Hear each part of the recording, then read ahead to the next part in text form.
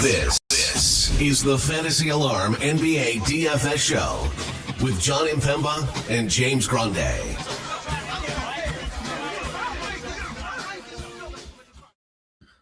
What is going on, FA Nation? John Impemba here with James Grande. Welcome into the Fantasy Alarm NBA DFS Playbook Live show. We got 4 games here on the Wednesday DraftKings main slate.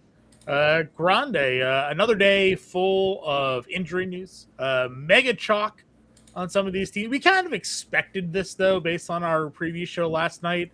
The 76ers guys that we thought might be out are out. Memphis guys we thought might be out are out. They did sign Ryan Rupert to a second 10-day, though. So, two-way. He signed to a two-way. Two-way contract. So our conversation last night as to whether or not he would or wouldn't be available, he will be.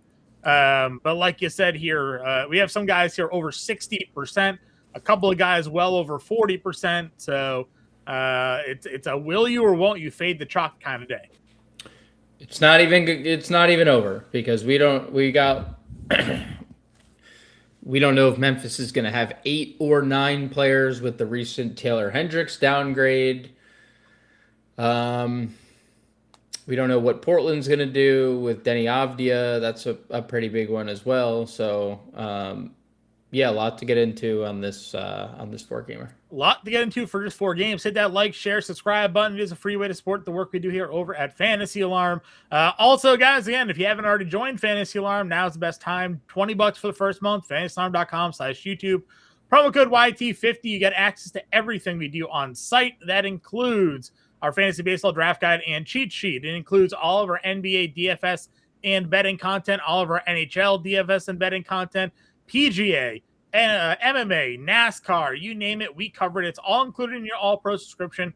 Plus, of course, seasonal fantasy baseball at the end of this month here, MLB DFS at the end of this month, all included. So you're getting like 7 sports for $20. Try us out today, fantasyalarm.com/YouTube, promo code YT50. Of course, we always appreciate you guys in the chat as well. Crab Shingun in here. Preffy loving the game-by-game breakdown this morning. Grizz might have 8 with Rupert out and Hendricks maybe out. Some guy with the salute. Rupert revenge game, says Coach Chris. Davis in here said he's glad we could make it. And then we got hit the like button from the anxious dog mom popping in here. That's appreciate it. Appreciate the support there. Let's do our best. Go game by game today, Grande. 4 games. We'll do. I'll appease the short slate here, and we can go game by game. We'll talk Thunder first. SGA in, Chet in. AJ Mitchell's out. Jalen Williams is out. Kind of the main notables for them here, but a fully healthy team going into the Knicks. Semi-fully healthy. You know what I mean? Yeah, I mean, it's hard to basically get to anything not SGA, and that's kind of reflected in ownership, and I kind of feel the same way. Chet's price is still as if they are shorthanded, and I'm not saying Chet couldn't get there, but I don't feel the need to pay $8,700 for Chet Holmgren. There's no shortage of value, so obviously, you can, and on smaller slates, it's just raw points. But SGA is the clear definitive spend up here. I think Hartenstein, because of his ability to do a little bit of everything, is in play. But with how well Jalen Williams is playing and how deep this team is, even without Williams and Mitchell, I don't know what Hartenstein's minutes are going to look like. Sure. Mid-20s, 24, 25, 26. Out of Jalen Williams here in the last 4 games. So. Yeah, I'm not playing him. I can't see a world where he continues to play like this many minutes with Hartenstein and Chet back, but maybe he does. I'll let the field chase that if they are, and they're not. They're not. He's 2%. The only person playing that is getting any love ownership-wise on the Thunder tonight is SGA's 30%. Isaiah Hartenstein's 5%. Everybody else is under 3% right now because, again, there's just ridiculous value with Philadelphia, and Memphis might have 8 players. So no one's spending up for a game that has a 223 total. and a game that we expect to be kind of competitive and game tough and back and forth here. So it's really, if you're following the field, it's just SGA here. Does create obviously opportunities for leverage if you did want to go play a Hartenstein or Chet Holmgren tonight, because again, there are 5% and 2% plays here, but no one's really going in that direction today. Yes. Going to the Knicks side of things then. Brunson, $9,100. Towns, 86. Your top two price plays. Towns is 25%. Josh Hart is 18%. Brunson's 12%. So a little bit more ownership in the other side of this matchup. Yeah, I said it last night about Towns, and my opinion hasn't changed on him. I think he is the best Knick tonight. His role without Mitchell Robinson looks pretty good. 26% usage, 1.3 fantasy points per minute. If there was anything that you look at the Thunder and think like this is an exploitation, it's kind of been the same exploitation for the last few years, and it's rebounding. They're 22nd in rebound rate once again this year. So I think Towns is handily above the rest of the Knicks in terms of priority for me. I do like Josh Hart. His minutes have been trending a little bit up, 30-plus fantasy points in 3 straight, 36-plus in 2 straight. No Mitchell Robinson means less double big lineup, which means likely more Josh Hart. Could they play Diawara? Could they play a little more Alvarado? Sure, but it typically means more Josh Hart because he is usually the first person of their starting 5 to kind of waffle when it comes to minutes. So I think Hart looks good. I don't really have a lot of interest elsewhere. You can always play Brunson and OG in a tournament. Bridges is a couple games removed from having a big outing. I don't typically play him. Landry Shamet plays low 20s minutes. I said Alvarado was maybe just a dart, but you don't have to do it anymore. There's just so much value. You don't. That you don't need to go. You don't need to really go down here. I do like OG as a pivot off of Hart just from an ownership perspective. Again, Hart's 18%, OG's 5%. If OG goes out there and makes his shots and gives you some defensive numbers tonight, he can give you 40 and give you a little bit of leverage there on the field if he outperforms Josh Hart there. But that's Thunder Knicks matchup for you. Charlotte Boston we go to here. Obviously, Charlotte playing as good as basketball really as anybody in the NBA over the last couple of months. We know Boston's right there with them, so this one should be kind of a fun matchup. LaMelo 88, Miller 78, Knepel 73. We talked about it last night. It's kind of just the starting lineup for this team you focus in on. But another game where almost no ownership. Brandon Miller leads it at 14%. Yeah, I mean, I think if there was a team not getting any ownership today that I would take shots on, it's definitely Charlotte. I mean, for the same reason that we always talk about. Each of them have massive ceilings, and on a 4-game slate with endless value, you can make any of it work. You can make LaMelo work in a tournament with 1.3 fantasy points per minute and 30% usage. You can make Brandon Miller work with a near 30% usage and 1.1 fantasy points per minute. Same goes for Knepel, who can make 8 threes tonight. The last time Miles Bridges played a game without Grant Williams, he played 38 minutes. Does that mean he's going to play 38 minutes tonight? No, because Kobe White's off the injury report, but does at least open the door for that possibility where Bridges hasn't played that many minutes lately and has, because Grant Williams is factoring in so heavily, the minutes have kind of been limited. So I think any of the top 4, you can even play Musa. This is a matchup between the second and fourth best rebounding teams in the league. So Musa and what? That was interesting. I'm here. Musa and Keita and Vooch should have a quite the battle. But I think, any of the starting 5, maybe a little bit of a hat tip to Kobe White, only because there's no Grant Williams. They could just elect to go more small ball. Boston does it anyway. It's not like that's what Boston plays a lot of wings anyway. So I think some of the Grant Williams minutes, some of them probably go to Sion James. Some of them probably go to Josh Green, but I think Kobe White probably plays the most minutes he's played in a Hornets uniform tonight. So I would say The big four for sure. Musa is in play, and Kobe White in GPPs is as well. Yeah, and I agree with you on the Kobe White call. Again, he played the 20 minutes in his debut. There's certainly more potential for that. Plus, this is a back-to-back. I'm not saying that they'll continue to, limit LaMelo or things like that, but there was a time earlier this year where, like, Colin Sexton was seeing more minutes on back-to-backs because they were playing LaMelo like 25. So I guess we'll see kind of how it all plays out. But I don't mind it there. But again, outside of Miller, nobody's getting more than 7%. If you go to the Boston side of things here, Jaylen Brown's almost 30% tonight. Again, one of the few top spend ups of this slate. We know what he is certainly capable of doing as a top play here. 50, 60 fantasy points well within range for him. Derek White and Neemias Queta are both up over 10%, and then that's it. Peyton Pritchard's 1%, and nobody else is over 1% ownership. So if you're playing Boston tonight, you're playing Brown, White, or Queta, essentially. The GOAT with 5 gifted there, by the way, on the screen, because Justin just never disappoints. He just is. You're the man, Justin. You really are. You're awesome. Free month this week for Paul, for Fear of the Feathers, from Slime Tony. I think Slim Tony, maybe Slim. We'll figure it out. Neo Dude and Supper Kelly Boy. There we go. Everybody gets a free month. Love it. Salute to you, Justin. Yeah, I mean, like we were talking on the show last night, and I think we used Shireman. It's like never in a million years would I play Baylor Shireman tonight, just like given what we have, right? Like there's nobody available. Yeah. There's 2 teams that have like 12 rotation pieces missing. Like it's Brown.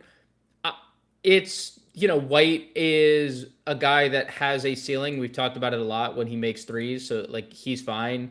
I do think like outside of the Queta, White, and Brown trio, I do think there's a case for Peyton Pritchard and Nikola Vucevic. Sure. Pritchard, I don't really need to make the case different than what I typically do. Look at the ceiling games. We see it all the time. Like guy has every time he gives you 20 actual, he's basically giving you 40 plus fantasy points. So I think Pritchard has a super high ceiling, obviously low floor, but super high ceiling. And, Queta has played really well, but that doesn't mean he's guaranteed definitely 100% every game going to be the guaranteed dominant center of the split. Yeah. Nikola Vucevic in that Brooklyn game absolutely would have played 30 minutes. He just didn't because they won by 100, right? Like he was dominating that basketball game, and he's still that offensive talent. It's not as if his offense has fallen off. He just can't move defensively anymore. So I do think like some GPP stuff on Pritchard and Vooch. Pritchard makes a lot of sense because he's 1%. You go out there and get a ceiling Pritchard game at 1% at 7,200. You're getting a bunch of leverage on the field there. Utah, Philadelphia, going to the Utah side of things here from an ownership perspective. Ace Bailey, 25%. Kyle Filipowski, 17%. The top 2. Keontae George is checking in under 10% for the spend up play. Yeah, I mean, another team that we're not going to spend a lot of time talking about here because there's not a lot of good to talk about. Like Ace Bailey and Keontae George are the 2 guys that I have faith in. And even that is like loose faith. Like I fully believe Ace Bailey is going to continue to play 30 minutes a night. He's not like helping them win even when he plays 30 minutes, and his development is as important as anyone else's on this team, right? It's like they need him to play 30 minutes and become the top 5 pick that they took him at. So I do think his minutes are secure. That's why his ownership is where it is. Definitely fine there. The Keontae one is interesting because this is now the second straight time that either Keontae George or Lauri Markkanen have been extended. Like Markkanen prior to this injury, if you remember, played those 30 minutes and then got the injury at practice, allegedly. And now Keontae plays his second game back and got to 30 minutes. If Keontae George is at 30 minutes, I mean, he's a really great play. This is a guy, if you look through, I mean, you'd have to go back to the year 2025 when he was under 8K. He's been on the floor a lot, but when he's been on the floor, he's been a beast.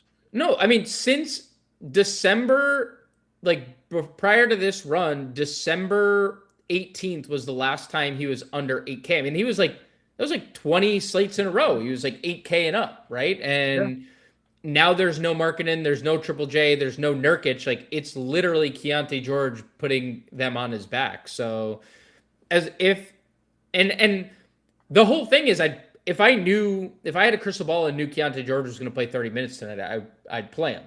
Yeah. We just don't, because it's Will Hardy, and they've been fined multiple times, and they are the most egregious tanking team in the league. But I saw a stat today that said the bottom 10 teams in draft order are on a 40-game losing streak.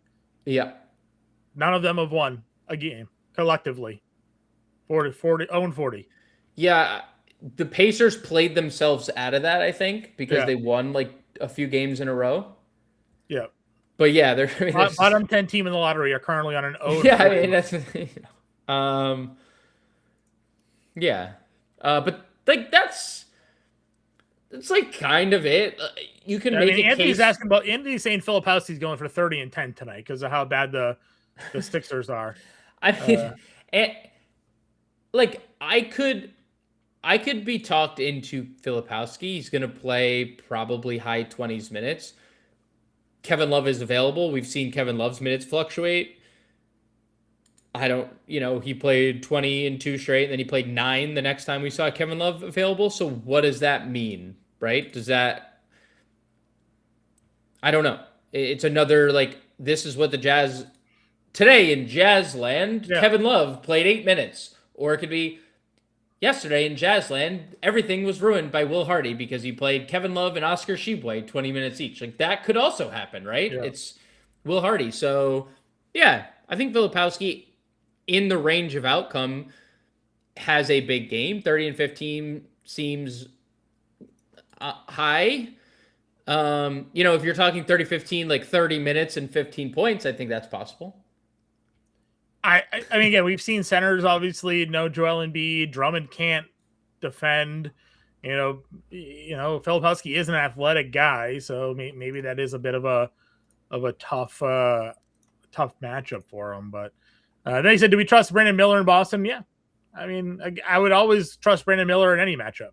Guy shoots a lot. Gets hot. For last night, he played 21 minutes and had 5 fouls. It kind of limited him, but he was having a huge game prior to the foul trouble. All right. Philly side. Oh, boy. This one's gross. Tyrese Maxey getting a lot of ownership. Over 50% for a guy that's $10,300 on a 4-game slate. Quentin Grimes over 60%, $4,400. Barlow, Bona, Drummond, Watford. You got Campaign down here, Justin Edwards. I mean, a lot of guys you're going to have to get uncomfortable getting comfortable with tonight. I mean, Tyrese Maxey and the Sixers are playing without their 2nd, 3rd, 4th, and 5th best players. Right. Against the Utah Jazz. Against the Utah Jazz. It is the premier matchup across the entire NBA. Right. If they were facing the Thunder, you could be like, well, they're probably going to, put up 130 points tonight with this crew. So yes. Brandon Williams. Brandon Williams, who plays on Thursday slate. I saw him comment on Miller, but I also laughed. I was like, why is he Previe's really researching days ahead now. We're getting advanced research. I'm not overthinking the Maxey thing. There's literally an entire team that you could play that's like $500 or $5,000 or less in the next game. Is the rest of Maxey's team. There's not a player over $5,200 outside of Tyrese Maxey on his own team that's missing the 4 best players on their team. You just played 43 minutes in regulation. He might be live to play a full game tonight. No, I on a back. I mean, you know what? I shouldn't say it. I only played 25 minutes last night. I know. I shouldn't say it. I shouldn't. I'm not going to. 40 minutes is very live. Would it shock you if you played 48? No, he gets if it's competitive, he gets the first couple minutes of the second quarter. Yeah. And if it's close in the second half, he doesn't sit.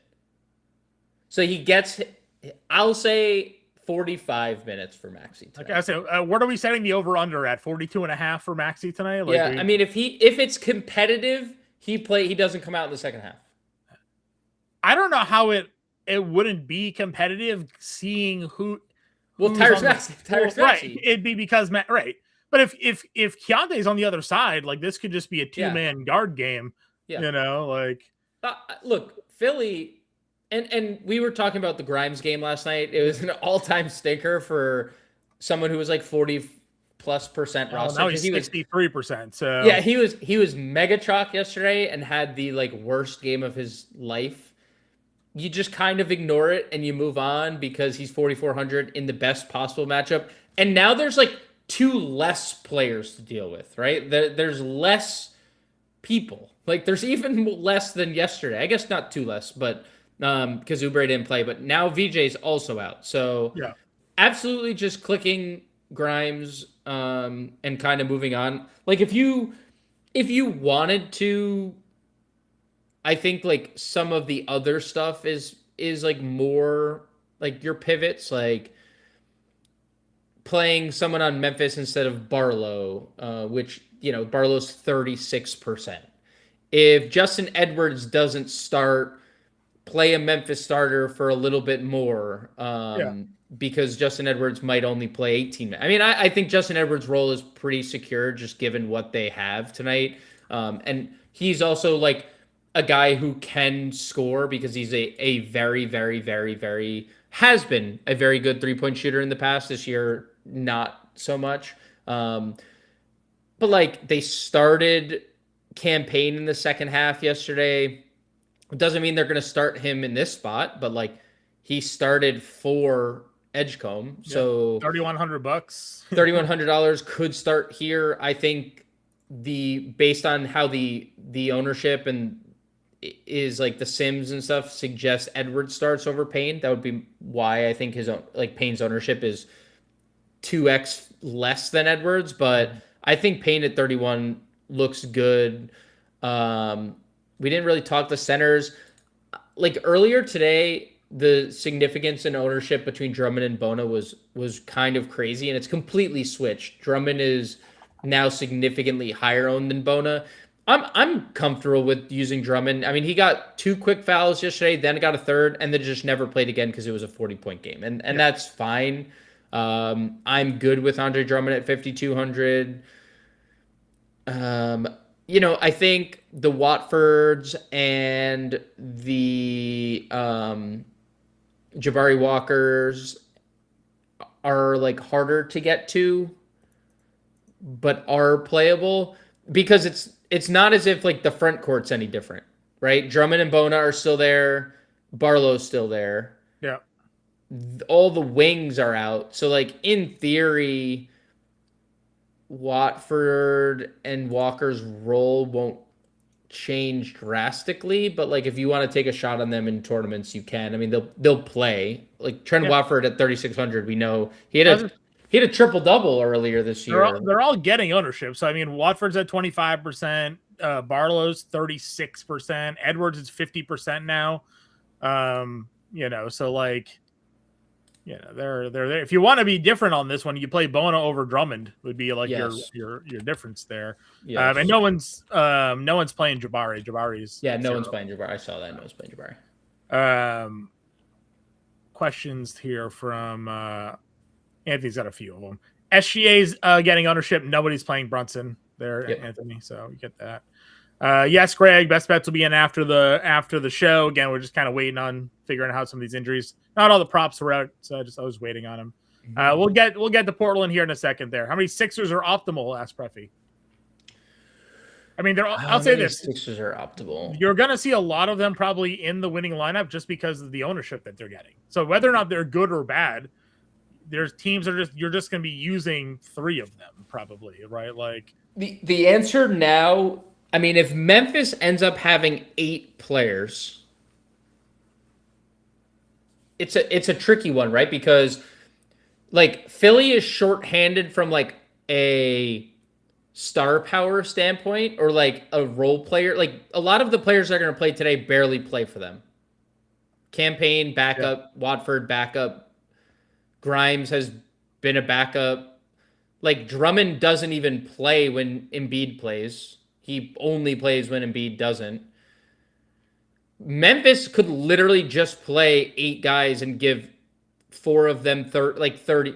I mean, it's a tricky one. I'll say 3 optimal for Philly. That would be my guess. And, Maxey, Grimes, and then one of Payne / Edwards, depending on who starts. Yeah, I agree. I mean, again, more ownership is on Philly tonight, at least as of now, than the Memphis guys. So there is some leverage too going into that other game. We'll start with Portland here. Again, you're waiting on the Denny news. He's $8,500. Obviously, Klingon is in a really great spot against Memphis, just from a pure size standpoint.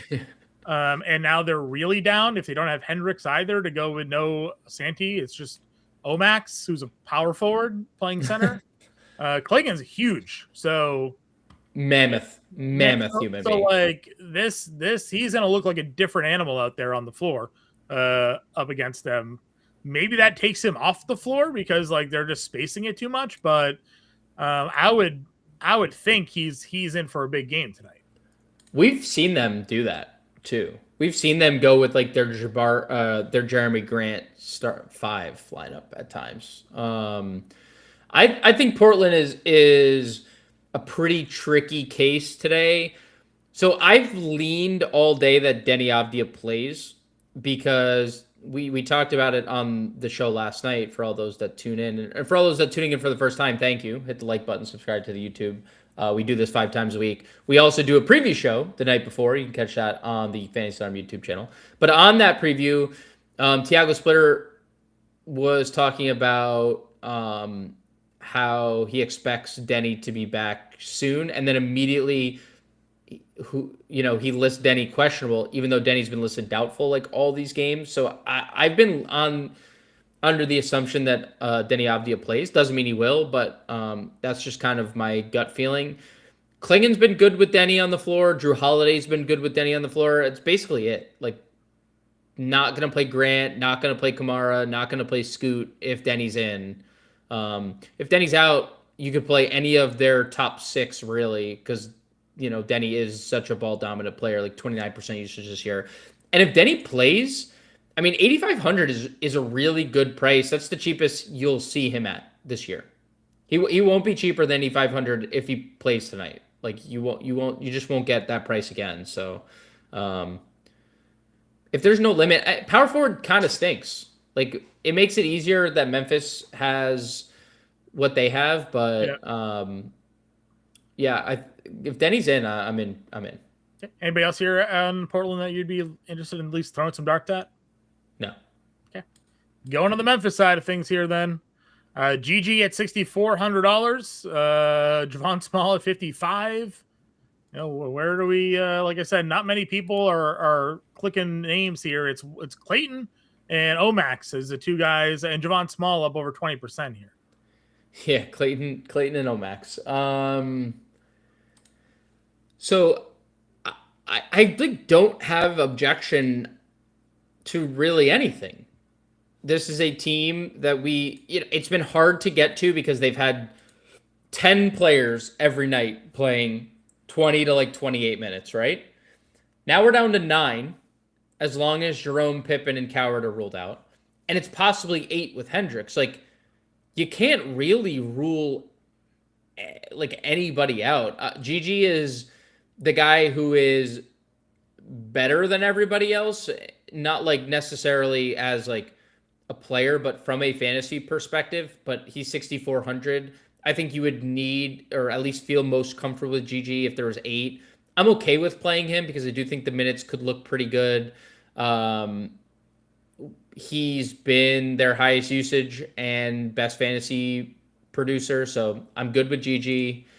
I'm honestly just going right down the list. Javon Small, I think, looks relatively good. Another guy was inactive yesterday. He's available, not on the injury report today, because he is still on his two-way. Yeah. And he only needs to sit one more game and he could be active for the rest of the year.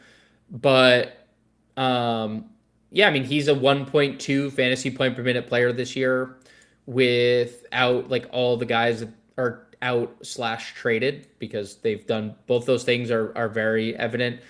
Omax looks pretty good. I know he had a stinker yesterday. Has that stinker yesterday, immediately rewarded with a new 2-year contract.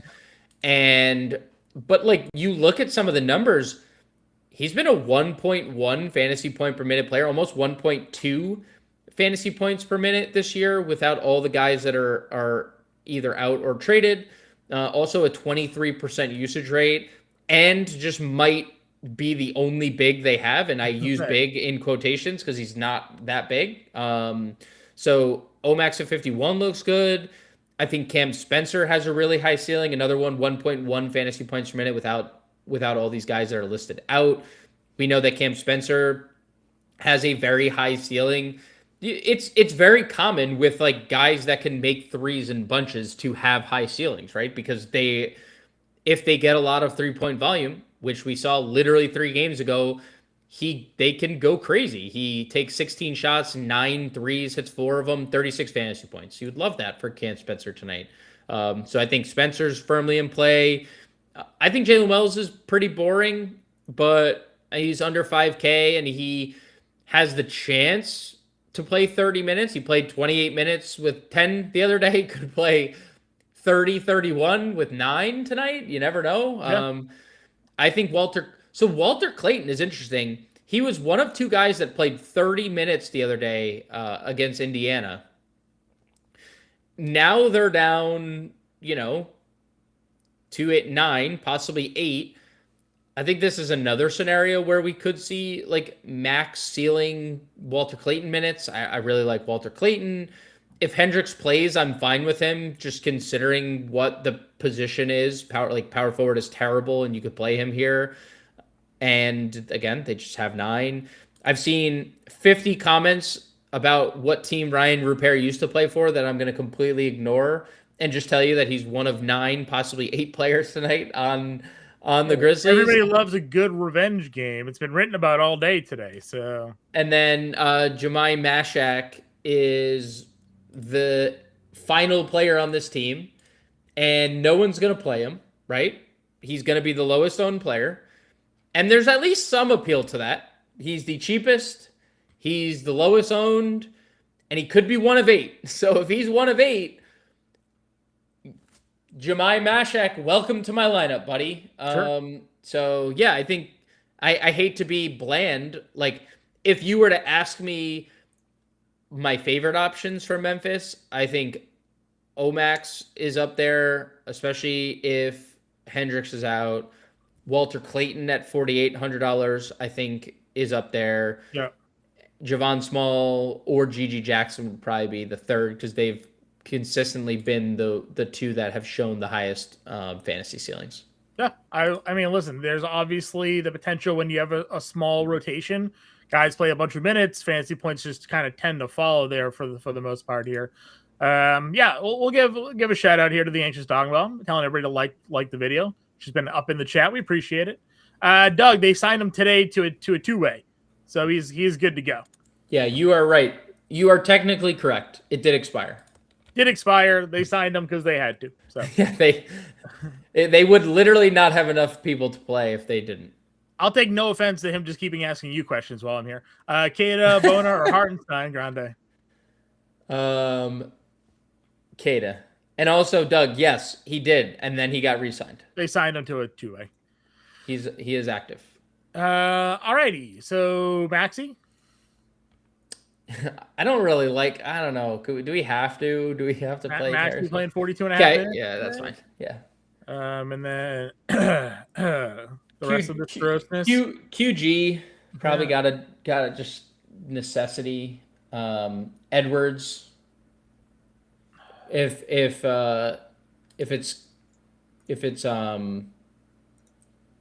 it's campaign, we can pivot. Something like that. Maxey, Grimes, Edwards, Jackson, Clean. Yeah, I have no objections there. Okay. Well, we'll look for you guys. I mean, again, it's a 4-game slate. There's really heavy ownership on a handful of plays here. Guys up over 50%.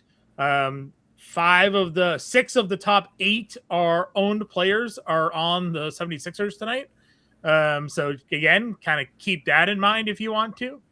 Jaylen Brown's ownership keeps rising. He's up to 34% now, almost catching up to SGA here. So people have a lot of money to burn. You might have some double spends tonight as well. You could play a 3K like campaign and get Jaylen Brown in there too, or something like that if you wanted to. So again, guys, 4 games. Playbook's out. We'll be in the Discord. We'll get you guys ready for tonight's slate. Roster lock at 7. We'll get the best bets in the bet tracker for all of you who follow us over there.